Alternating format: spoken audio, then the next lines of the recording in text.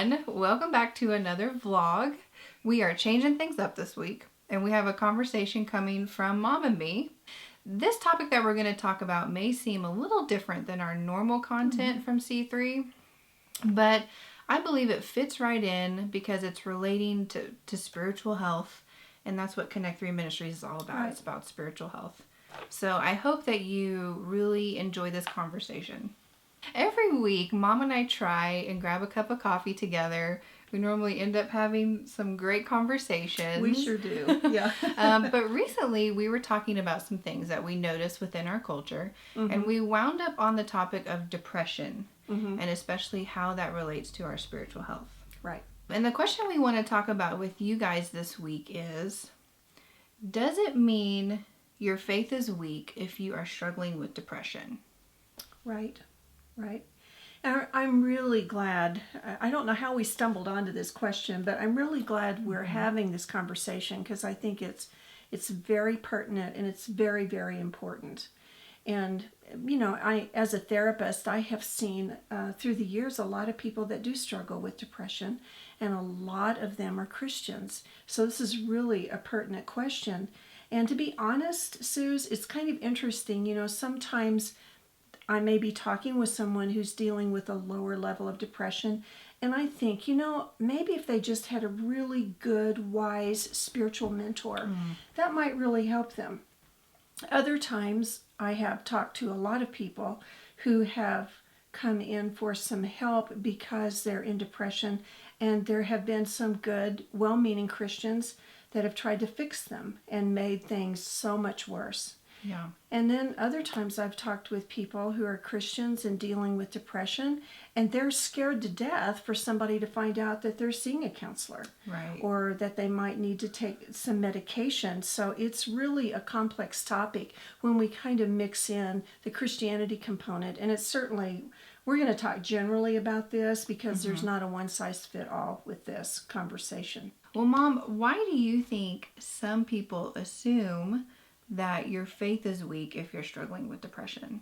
Why is that?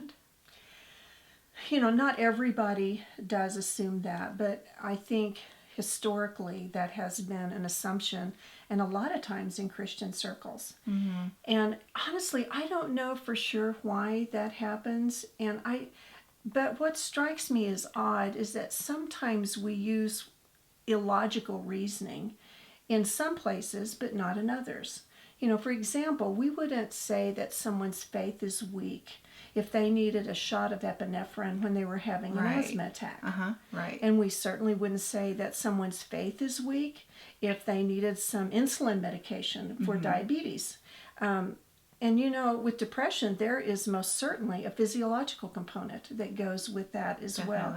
So I don't know why we sometimes use some kind of illogical thinking processes when it comes to depression. And maybe it's because it's harder to see. You can't really see it. You know, you can't say, yeah, look at that's a broken bone.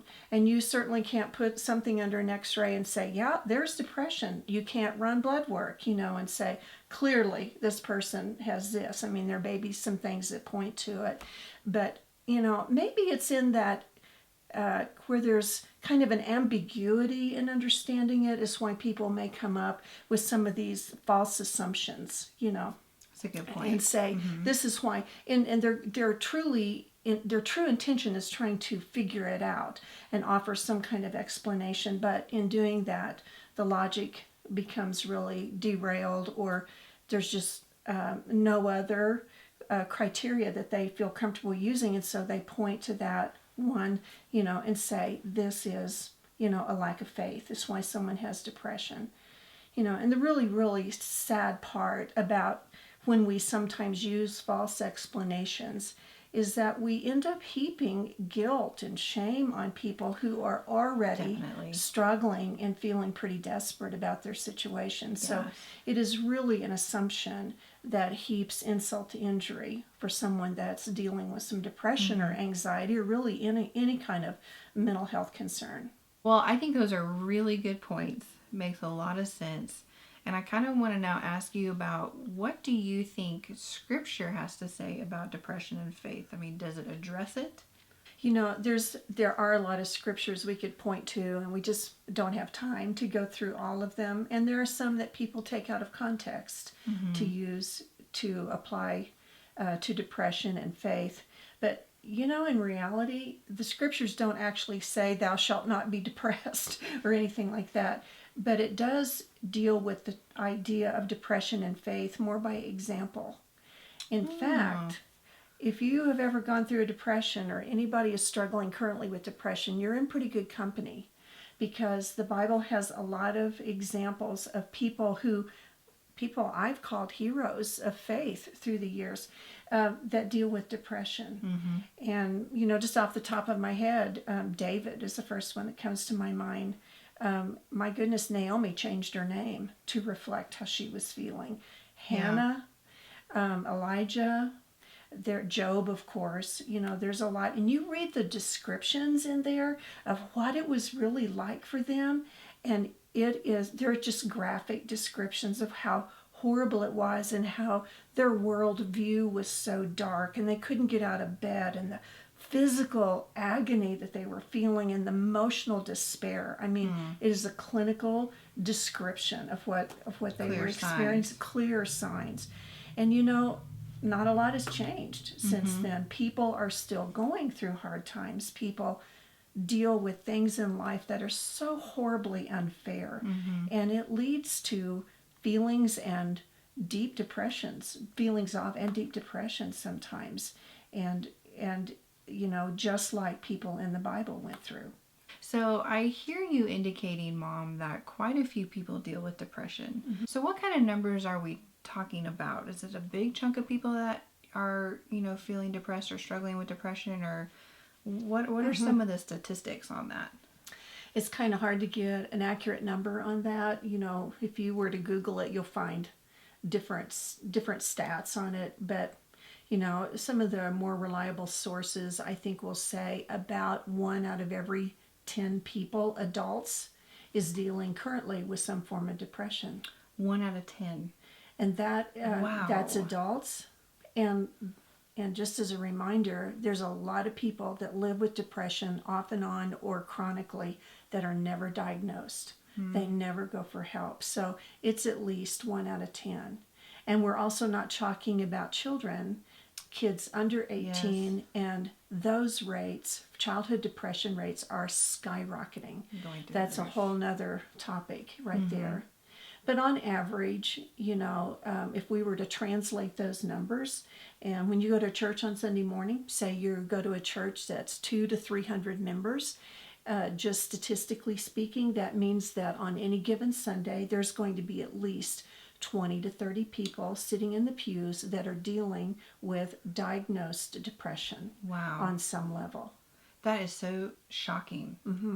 That number is shocking. I had no idea. Why is it shocking to you? I mean, it is. Well, I think maybe we just don't necessarily see that people are dealing with depression. I think we're really good at probably masking it. And so those numbers are just shocking.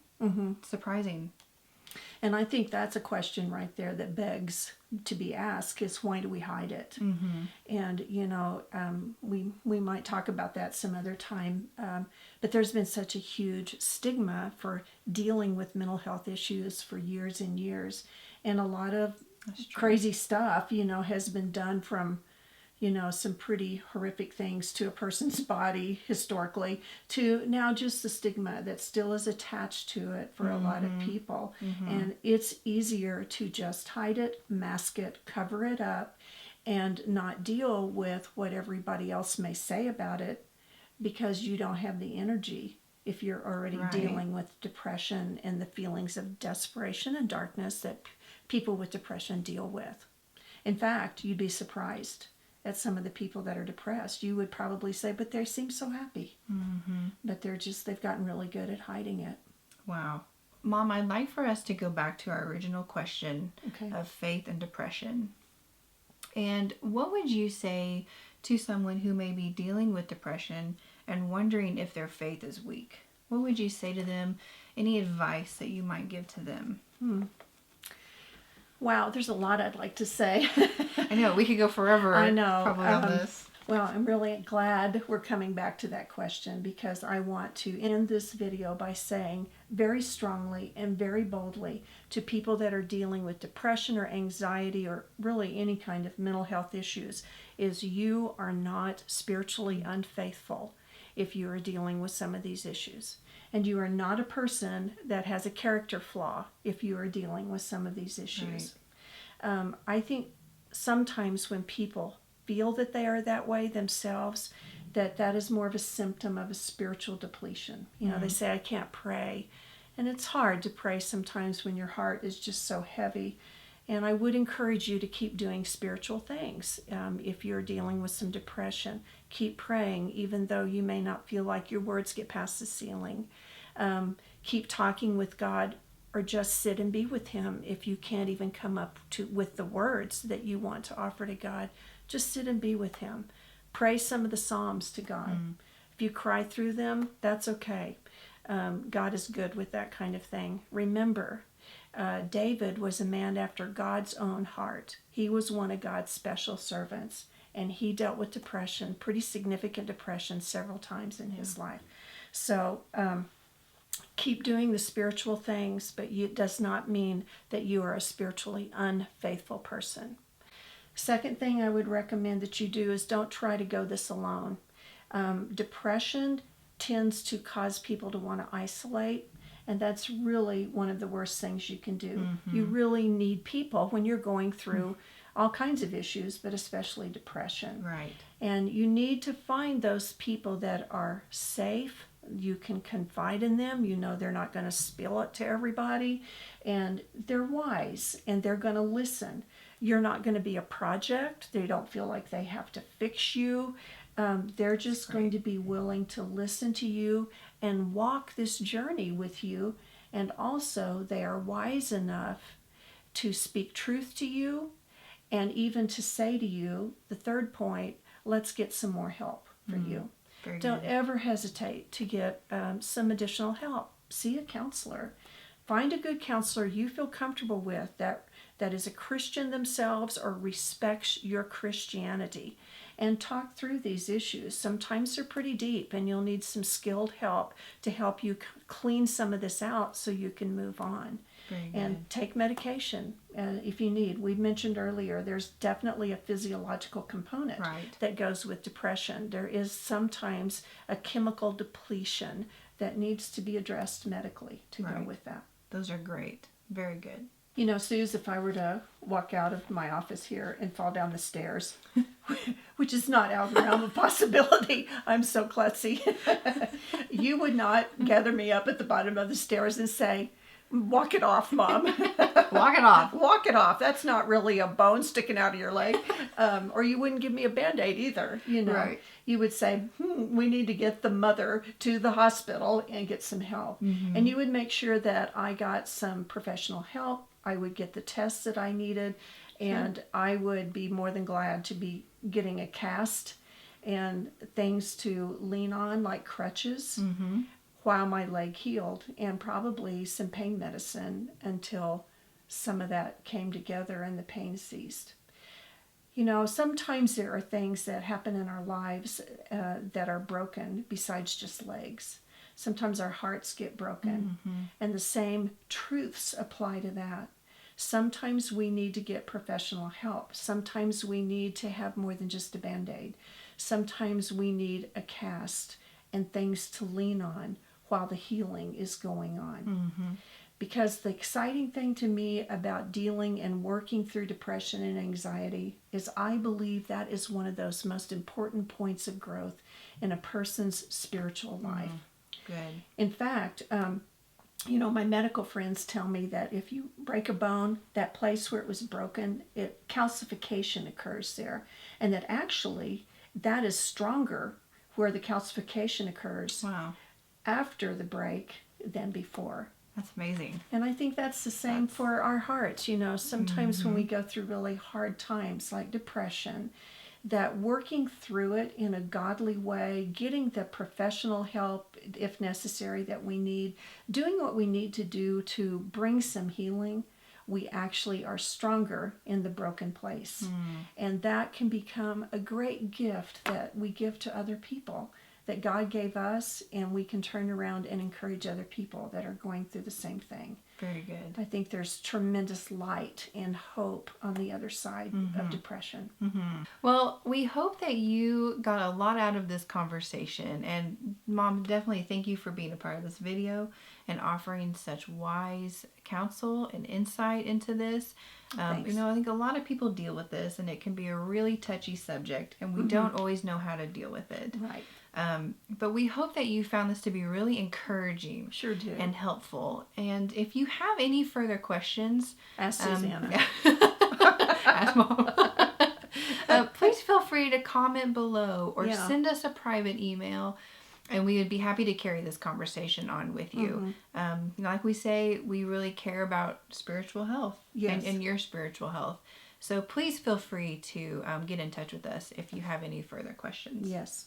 Yes. So thank you guys so much for listening, and we will catch you next time on the next video. Absolutely. With who knows what question we'll have next. I need some coffee. Okay. We'll see you guys later.